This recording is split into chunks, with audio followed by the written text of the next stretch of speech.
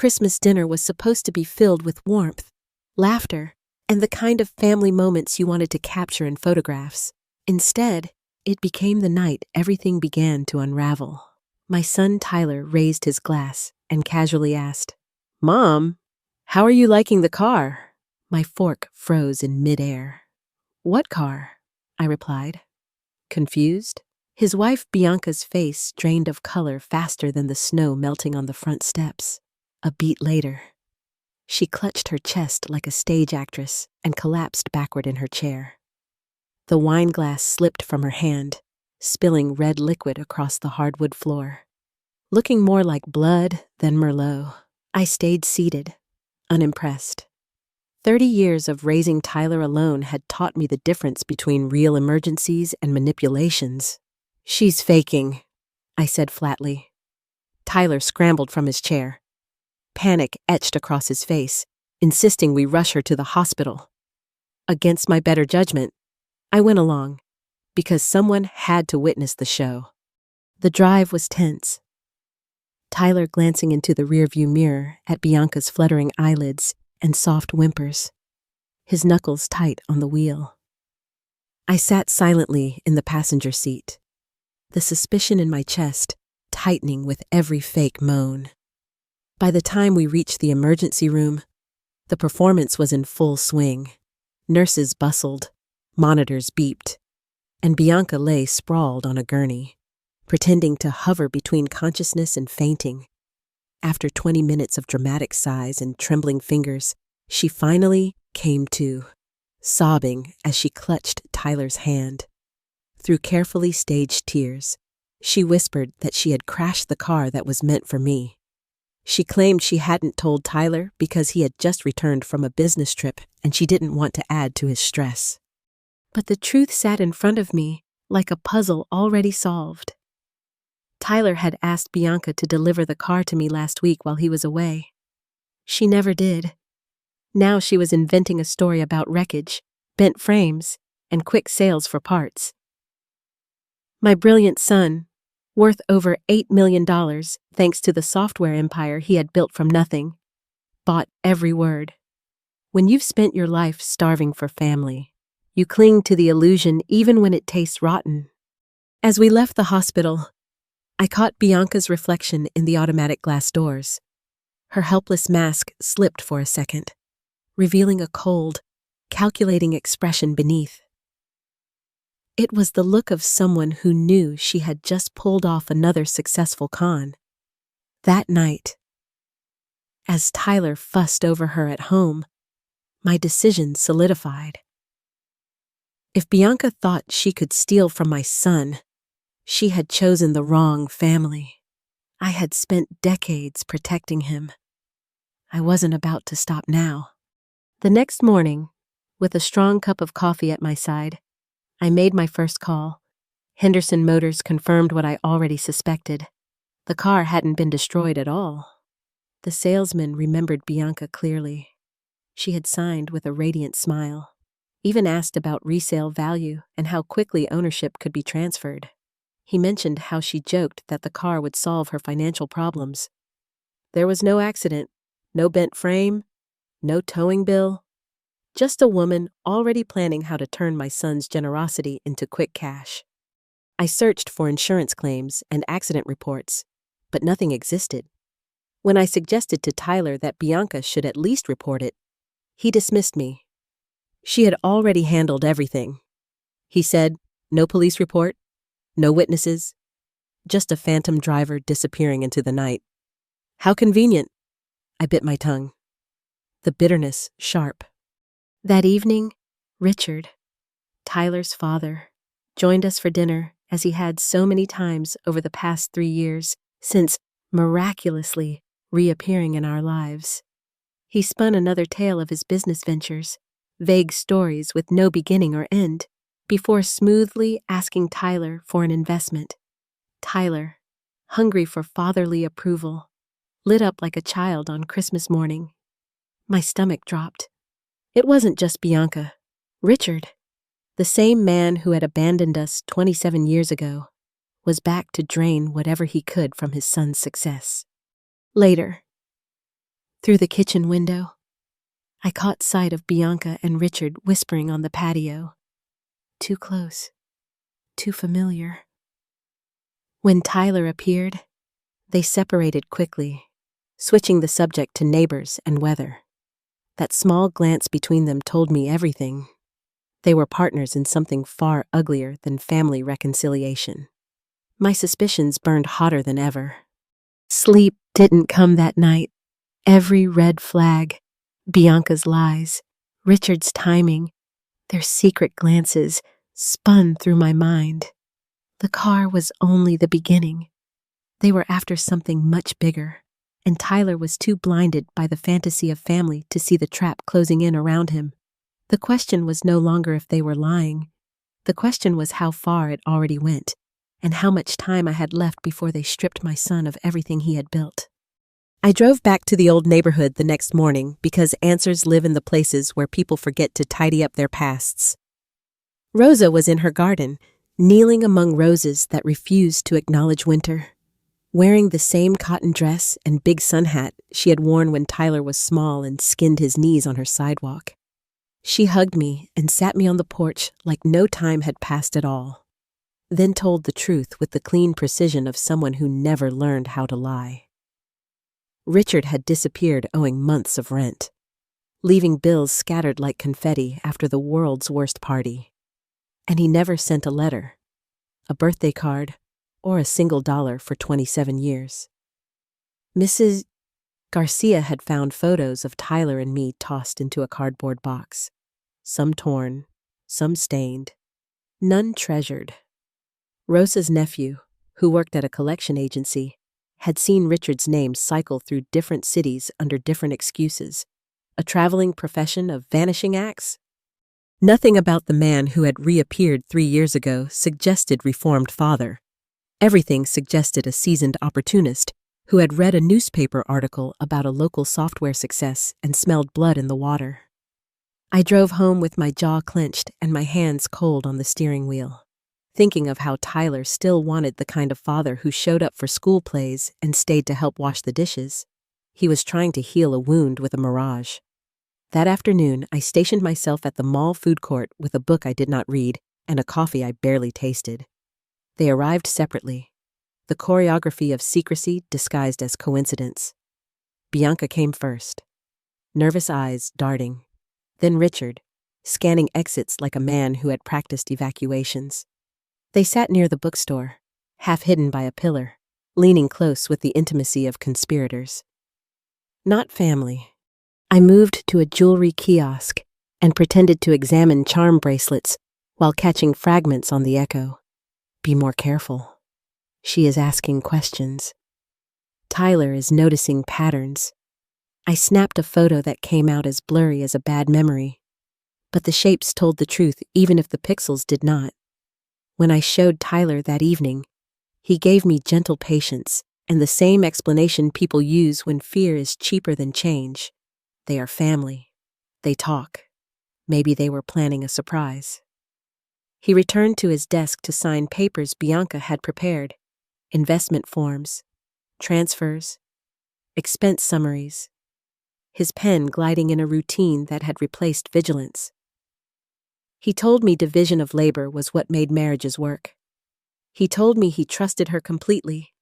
I told him people who love you earn trust by living like they deserve it. He heard noise. I heard a clock. At dinner. Richard praised a real estate opportunity that now required urgent capital. Urgency is the heartbeat of every con. Tyler, still carrying the boy who waited at windows, promised help. Later, as I loaded the dishwasher and stared through glass into the dark yard, I felt the quiet dread of watching a storm build over open water. Too far to touch, too close to ignore. That night, sleep came in broken fragments. I pictured Bianca at the dealership beaming for photos, asking about resale value before the engine cooled. I pictured Richard at a kitchen table years ago, stacking unpaid bills and leaving. I pictured Tyler in his office at 10 o'clock a.m., signing with a pen that should have weighed more. The next morning, I called Margaret, whose son is an accountant with the suspicious mind you want around numbers. She described the method like a recipe anyone could follow. Small transfers labeled as taxes or vendor payments. Automatic movements approved once and forgotten. Joint accounts where attention is the rarest currency. Investment shells with letterheads and P.O. boxes. Forged signatures that look right until you compare the slant of the R's and the distance between loops. The defense against the method was old-fashioned. Look line by line. Match payment to reality. Confirm entities exist beyond paper. I hung up with a plan that felt like a tightrope walk above a crowded street. I went back to the coffee shop 2 more times, changing the book each visit the way spies change hats in films. On the 3rd, the purple-haired barista cleaning tables told me they were regulars, always choosing that same back corner, always ordering black coffee for him and a caramel macchiato for her, always talking like people who needed one another and hated that fact. She had been working there for 18 months, and they were already a pair when she started.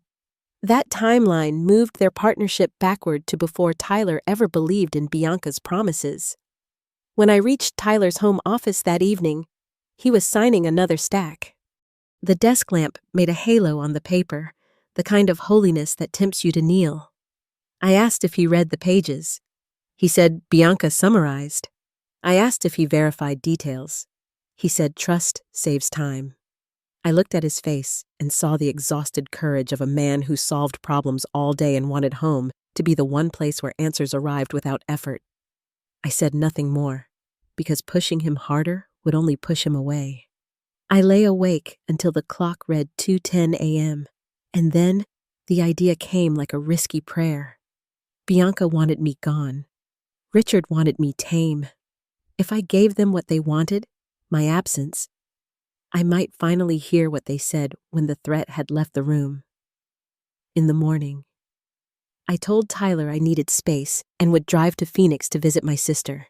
I said I would leave at 8 a.m. I packed a visible suitcase, made a loud phone call he could overhear, printed directions like it was still another decade. At 9:15 a.m., I waved from the driveway with theatrical cheer, turned the corner, parked behind an oak, and waited. At 10 o'clock a.m., sharp, Tyler's car rolled away. 10 minutes later, I used my spare key and slipped into a house that suddenly felt like a stage without an audience. From the hallway, I heard relaxed voices in the kitchen, the timbre of victory around each syllable. I moved into Tyler's office and photographed everything that wore a logo I did not recognize. Agreements with addresses that pointed to boxes, entities that did not appear in state registries, contacts who answered with recordings. Then I heard the tone of their conversation sharpen, and I stood just close enough to the doorway to catch the sound and start recording. Bianca worried about my questions in the coffee shop.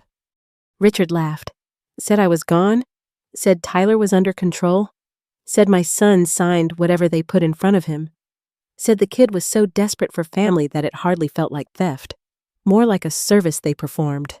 They discussed how much more they could take, another $50,000, perhaps $75,000 if they staggered the requests, and how to manage Tyler's growing curiosity without turning it into suspicion. I held my phone like a lighthouse in a storm and prayed the battery would hold. When their voices drifted toward the den, I slipped back out, drove away shaking, and headed for the one place where truth still had jurisdiction. My son's office, with the door closed, the blinds half drawn, and the world outside moving on as though nothing had changed. Tyler was mid-call with California clients when I slipped into his office, carrying the phone like a weapon wrapped in glass. When he finally ended the meeting, his face softened into surprise. "Mom, I thought you were halfway to Phoenix." I closed the door, locked it, and set the phone on his desk with a firmness that silenced his protest. "I need you to listen. Really listen. His arms crossed, his eyes skeptical. I pressed play, and Richard's voice filled the room with the oily cadence of a man bragging in private. He spoke of control, of Tyler signing papers without reading them, of a son desperate enough for family to pay for the illusion. Then Bianca's voice slipped in, asking how much more they could take, suggesting another $50,000, maybe 75, marveling at how easy it was. By the time the recording ended, Tyler's knuckles were white against the arms of his chair. His first words were broken whispers. "That's them? That's really them?" When I told him I'd recorded it that morning, the disbelief drained from his face, leaving only grief. He turned to the window, jaw tight, eyes wet. "They think I'm that easy." I reached across the desk and took his hand. "Not easy, just hopeful." He listened while I explained the investment documents, how addresses led nowhere, how the companies evaporated when searched, how Richard's proposals carried the hollow ring of cons. For once, he didn't interrupt. When I urged him to freeze accounts, change passwords, and have every document reviewed by professionals, he nodded slowly, as if agreeing with the diagnosis he wished were false. That night, over scattered bank statements, the truth sharpened. Bianca had siphoned almost $75,000 in small transfers disguised as tax payments. The amounts careful enough to slip under alerts, frequent enough to grow into a fortune for her. Credit cards showed charges at restaurants and hotels Tyler had never seen. Signatures close to his, but not quite right. Richard's investment opportunities dissolved under scrutiny. Half the companies didn't exist. The others were legitimate, but paired with forged account numbers. Tyler leaned back, his face hollowed by betrayal. "I feel like the world's biggest fool." I reminded him, fools don't build multi-million-dollar companies. Loving people who don't deserve it is not foolishness, it's humanity. Still, he wanted confrontation. He needed to hear them try to justify what they had done. I hid in the kitchen while he sat in the living room and set his phone to record. Bianca greeted him with the warmth of a wife rehearsed for stage, patting the couch beside her. Richard asked about his day with faux paternal concern. Tyler remained standing. He spoke about investments, money, and trust. He laid evidence on the table like cards in a rigged game. What followed was 20 minutes of squirming performance, denials, excuses, claims that it was borrowing, not theft. Richard said Tyler had more money than he could spend, insisted family helped family. Bianca wept, saying she wanted to secure their future. But the cracks widened until justifications collapsed into confessions. Finally, Tyler's voice rose. "You stole from me, lied to me, manipulated me while I signed away my own fortune." Richard delivered his last line like a villain stripped of charm. "You'll regret this. You're choosing that bitter old woman over your real family." Tyler's reply was quiet but lethal. "I'm choosing the family that never lied to me." They left with slammed doors, but the silence afterward felt lighter, like a fever breaking. Tyler sat heavily on the couch. "I should feel furious, but I just feel empty." I told him emptiness was normal. Anger burns hot. Betrayal freezes cold. It was not just money lost, but trust shattered. Love unmasked. His greatest wound was not financial. It was emotional, and it bled silently. The days that followed became triage. Lawyers, banks, and accountants formed the defense line. We discovered Richard and Bianca were no amateurs. They had run smaller cons across the city, each carefully disguised. Richard had used false identities for years, shifting names when debts grew. Bianca had perfected the art of emotional manipulation. Together, they were a business built on betrayal. The police grew interested quickly, with recordings, documents, and Tyler's testimony. Charges multiplied into a mountain neither could climb. Despite evidence, Tyler wavered. He saw the little boy who once begged for his father, who once believed in his wife. "They're still my family," he whispered one night. "Doesn't that count for something?" I shook my head. "They stopped being your family when they chose theft over love." The police moved fast. Within a week, both were arrested. Local news carried the story. A successful entrepreneur betrayed by his father and wife. Tyler hated the spotlight, hated the way strangers labeled him gullible. But I reminded him the people who mattered knew the truth. He wasn't a fool. He was a son and husband who loved, and they weaponized that love. The legal process churned quickly. Plea deals followed. Sentences of 18 months for Richard, 12 months for Bianca. Restitution ordered. Tyler recovered only $45,000. The rest had vanished into the wind. "It's not about the money," he told me quietly. "It's about realizing I trusted people who saw me as a wallet." His eyes brimmed with both anger and sorrow. How do I ever trust again? How do I know if someone loves me for me, not for what I can provide?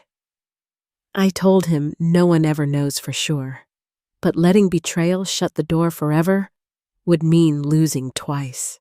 Slowly, the sharpest edges dulled. Tyler began to sleep again, began to laugh again, began to plan beyond grief. One evening, over pasta, he admitted, "I keep expecting to miss them, the family dinners, the feeling of having people around." He twirled noodles on his fork and smiled faintly. "But I don't. This, just us, feels more like family than anything we had with them." 6 months later, Tyler and I sat in the courthouse for the final restitution hearing. Richard and Bianca shuffled into the room in orange jumpsuits and chains, looking smaller than the specters who had once loomed over Tyler's life. Prison had stripped away their polish, their charm, their carefully rehearsed masks. They were just two ordinary criminals who had gambled everything on greed and lost. Tyler sat beside me calm and steady, no longer the broken man who once clutched bank statements with shaking hands. The judge summarized the case. The sentences already served. The funds partially recovered. Tyler was asked if he wanted to speak before the case closed. He rose, his voice quiet but unwavering, saying he did not need apologies or excuses. Only the hope that his story might prevent others from being deceived in the same way. He turned to Richard and Bianca only once, not with anger, but with finality, and said he hoped they would choose better lives when given the chance. Walking out into the sunlight, Tyler looked freer than I had seen him in years. The news cameras were gone, the legal battles over, just a man and his mother descending courthouse steps, carrying not money or property, but something heavier and more enduring, hard-earned wisdom. In the car, he admitted he expected bitterness, but what he felt instead was gratitude. Grateful the truth surfaced before they took everything. Grateful for the lesson about love versus exploitation. Grateful for the difference between people who cheer for your victories and people who calculate their share of them. He smiled with tired peace. "That difference," he said, is the most expensive lesson I've ever learned, but maybe also the most valuable. Life settled into quiet. We passed the coffee shop where Richard and Bianca once whispered like conspirators, and it no longer felt like a crime scene. We drove past Tyler's old neighborhood, past the places haunted by absence, and they no longer stung the way they once had. At home, Tyler cooked dinner, my favorite pasta with mushrooms and garlic.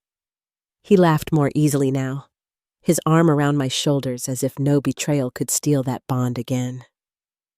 He apologized for not believing me sooner, but I told him timing matters more than stubbornness. Sometimes the truth has to be discovered, not delivered, even if the tuition is tens of thousands of dollars and months of pain. The story did not end with a ruined fortune. It ended with a stronger bond between a mother and her son. Tyler had survived betrayal, financial loss, and the shattering of illusions, yet he emerged wiser. He learned that family is not defined by blood or marriage certificates, but by who shows up, who tells the truth, and who protects you when others try to harm you. He learned that love can be genuine or transactional, and knowing the difference is the shield that prevents heartbreak from becoming permanent.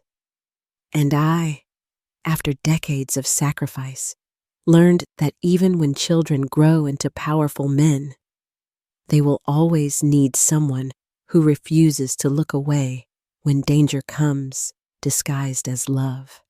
So, if you take anything from our story, let it be this: trust is a gift, not a weakness.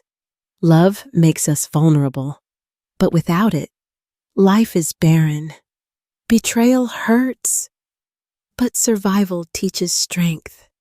And sometimes, having one person who truly loves you is worth more than a house full of people who only love what you can provide. If this story touched you, don't forget to like, share, and subscribe for more real-life lessons told through stories of resilience.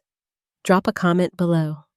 I'd love to hear your thoughts and your own experiences with trust, family, and survival.